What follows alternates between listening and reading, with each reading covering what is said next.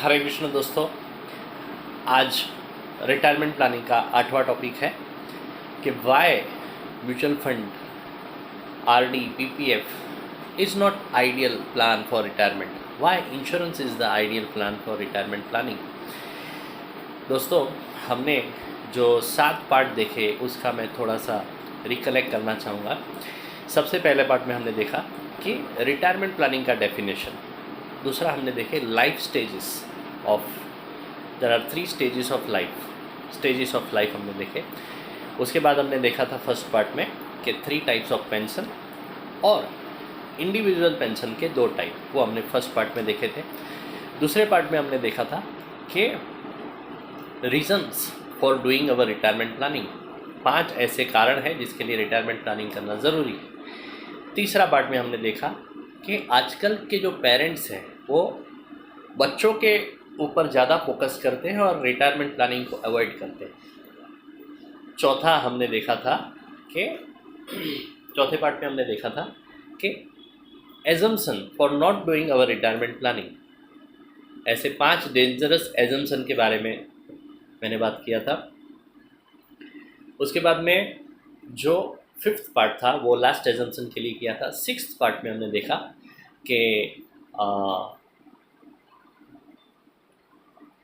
Things which should be ideal for retirement, ये सब चीज़ें होनी चाहिए रिटायरमेंट के वक्त। और 7th पार्ट में हमने देखा कि 6th पार्ट में हमने देखा कि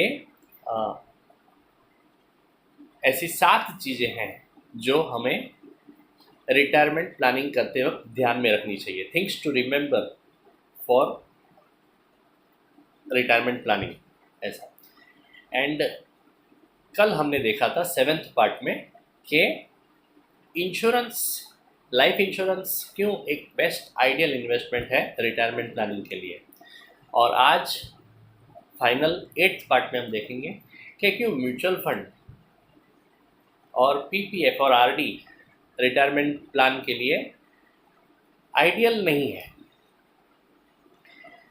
म्यूचुअल फंड की बात करें तो म्यूचुअल फंड एक सेव एंड क्रिएट वाला कॉन्सेप्ट है, it's ideal for short term. Mutual fund में एक जो इंडियन इन्वेस्टर है, एक स्मॉल इन्वेस्टर है, वो लंबा टिकता ही नहीं है।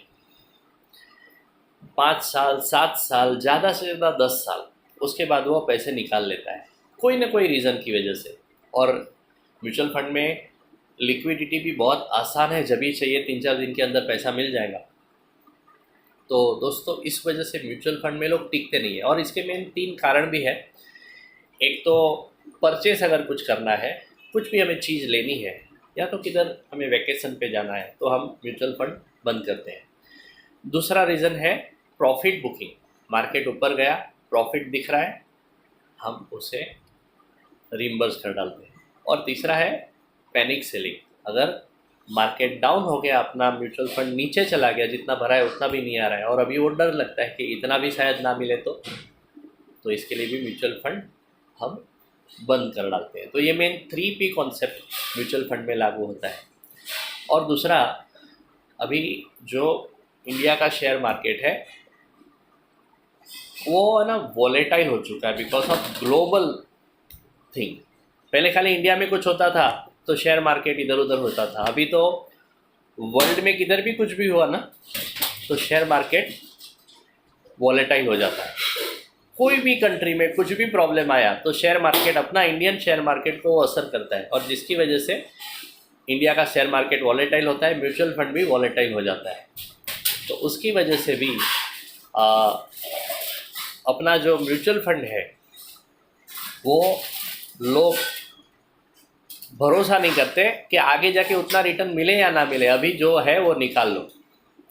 तो ये सारे रीजंस हैं म्यूचुअल फंड में लोग टिकते नहीं हैं। और जहाँ पे एक वर्ड है रिस्क, वहाँ पे शॉर्ट टर्म इन्वेस्टमेंट होता है। तो mutual fund is a risky थी, तो यहाँ पे भी इन्वेस्टमेंट शॉर्ट टर्म ही होगा।